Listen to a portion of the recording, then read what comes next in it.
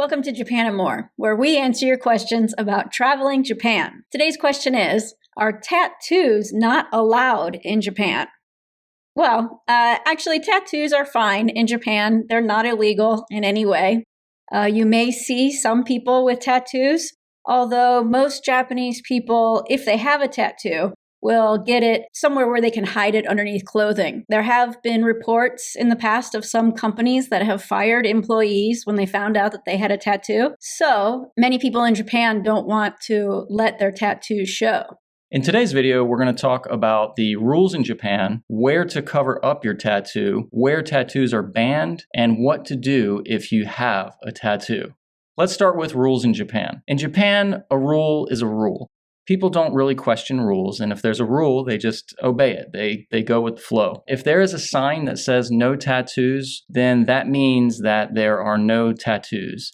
It means any size, any design, even if it's a small butterfly or a kanji character or even a Hello Kitty. No tattoos is no tattoos. It's pointless to argue with anyone about it. Rules are displayed via signs. Everyone is expected to read and obey the signs.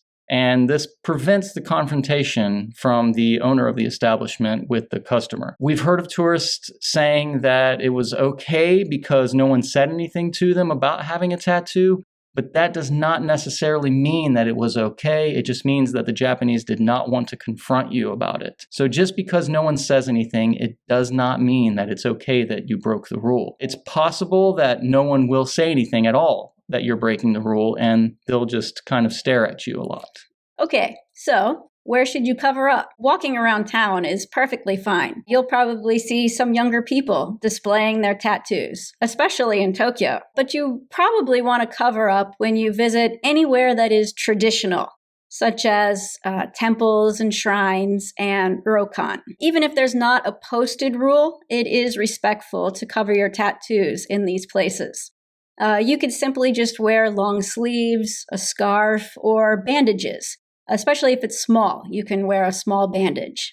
So where are tattoos banned? Well, most onsen, the hot springs, swimming pools, water parks, and beaches ban tattoos. As for onsens, I would assume that all onsens do not allow tattoos, unless it is otherwise stated, even for tourists, and even for a tiny butterfly tattoo. If you ignore the rule and try anyway, the longtime customers at the onsen may complain to the staff. This can bring about an embarrassing situation that is uncomfortable for you and for everyone around you.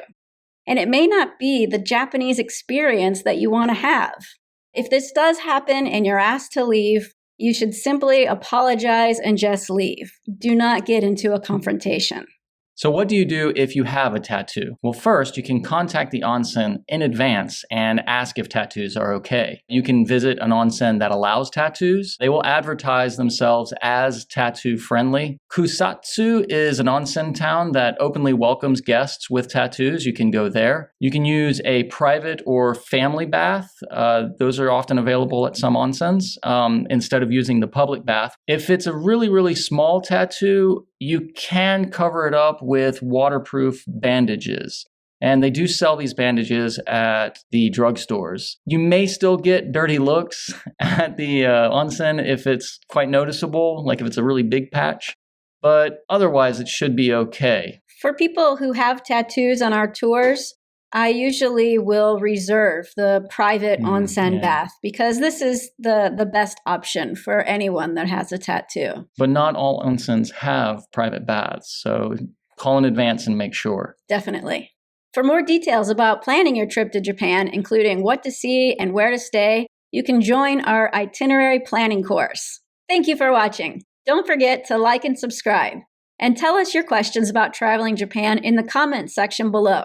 We might answer it in the next episode. And for more information about traveling Japan, check out our website, japanandmore.com. Thanks for watching.